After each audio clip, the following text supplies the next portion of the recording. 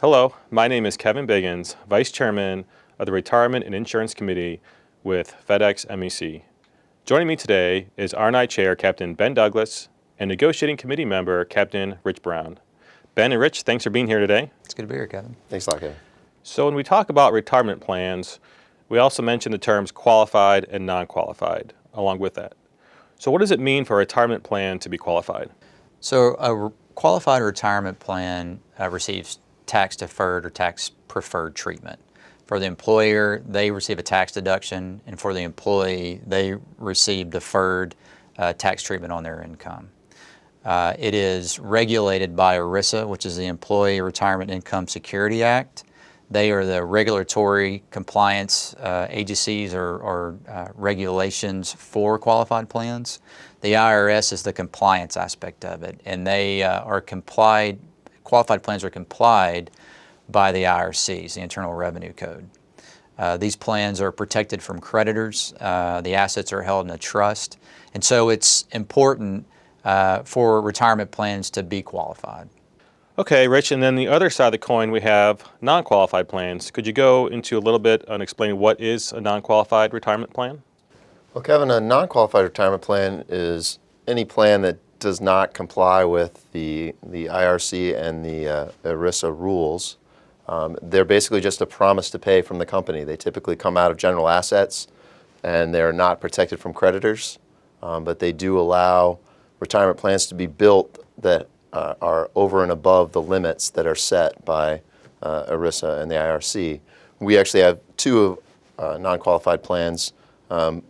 Each one is to cover a different limit that the IRS has in place at this point. Okay, so from a security standpoint, it's pretty easy to tell that it's a lot better to have a qualified plan over a non-qualified plan. So why do we have non-qualified plans then in our contract? The IRS sets limits each year for how much money your retirement can be figured upon in the formula for your defined benefit plan, and on how much money the formula can actually give you. So if we negotiate a increase in our retirement that takes us over and above those limits, we need a method to still capture that money for the pilot. And the non-qualified plans allow us to do that. Your annuity coming out of our defined benefit plan will never be larger than what is allowed by the qualified rules. However, you would still get the present value of all your future payments that are above that limit paid to you out of the non-qualified plans. So we're currently in an environment where the final average earnings is less than the compensation limit. So the vast majority of our benefit is qualified. As Rich alluded to, there are a couple of situations where you may be put in a non-qualified situation. It's rare, but for now, typically everything is paid out of the qualified plan because of those limits. That's true. Right now it is almost all paid out of that. However, the increases that we as a pilot group believe that the company should provide to us in this next contract, depending on the structure of a plan, may take us above that limit.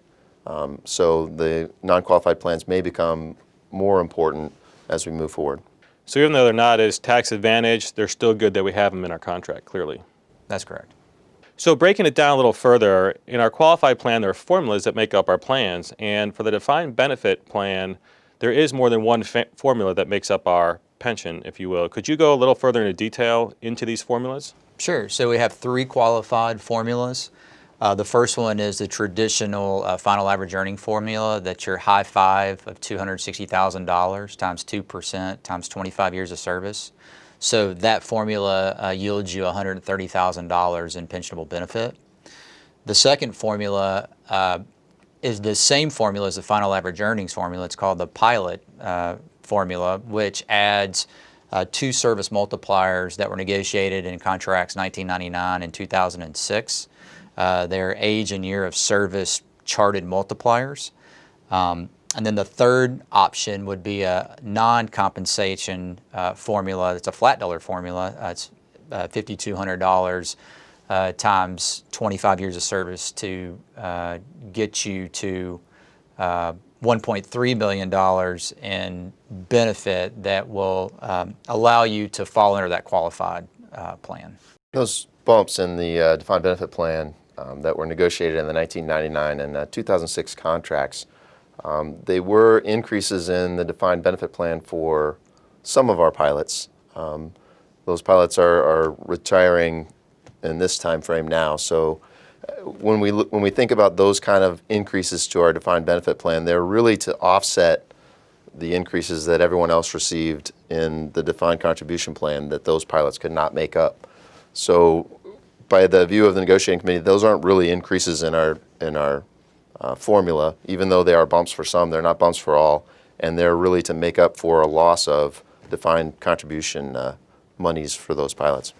Okay, so when you go to retire, they run these formulas, these three formulas. You get the greater of the three. Is that correct? That's correct. Turning over now to the defined contribution plan, there are also formulas that make up that as well. Could you go into further and breaking down what they are and how they interact with our defined contribution plan? Sure, Kevin. There's three ways that the company puts money into our defined contribution plan, three ways that an employee can put money in. For the employer, the first method is the employer mandated 9% of our pay up to the IRS limit, which is $285,000 this year. The next way that they put money in is they have a match of the first $1,000 that you put into your 401k. They match 50% of that, so you can get a maximum benefit there of $500 added to your 401k. And the last method is any of your excess sick goes into your defined contribution plan from the company, unless you're over the defined contribution limit, of which is $57,000 this year. And there's three ways I said that the employee can put money in. The first way is pre-tax for money into your 401k, and then there is an IRS rule that if you are age 50 years old or older, you can add an extra amount of money for catch-up contributions. This year that amount is $6,500. And then you can add post-tax dollars to your 401k. Now, as I mentioned earlier, there's a $57,000 limit this year on your defined contribution plan for money to be put into the qualified plan. And the order that I actually stated the employee's ability to put money in, any post-tax money counts first. So if you were to put in $57,000 in post-tax money, FedEx would put in no money for your 9%. So you need to be careful about the amount of money that you put in with your in the post-tax money. And there's a couple different ways that we've provided to help people with those decisions on how much money to put in there. One, the Retirement and Insurance Committee does put out a flyer each year about how much money you can put in post-tax and prevent yourself from losing money from the 9% from the company. And the Fidelity Net Benefits website also has a calculator, which is easy to use. You can go on the website and use the calculator to set your percentages precisely to make sure that you don't lose any of the $57,000. You mentioned earlier that the year you turn 50, you can have that catch-up contribution.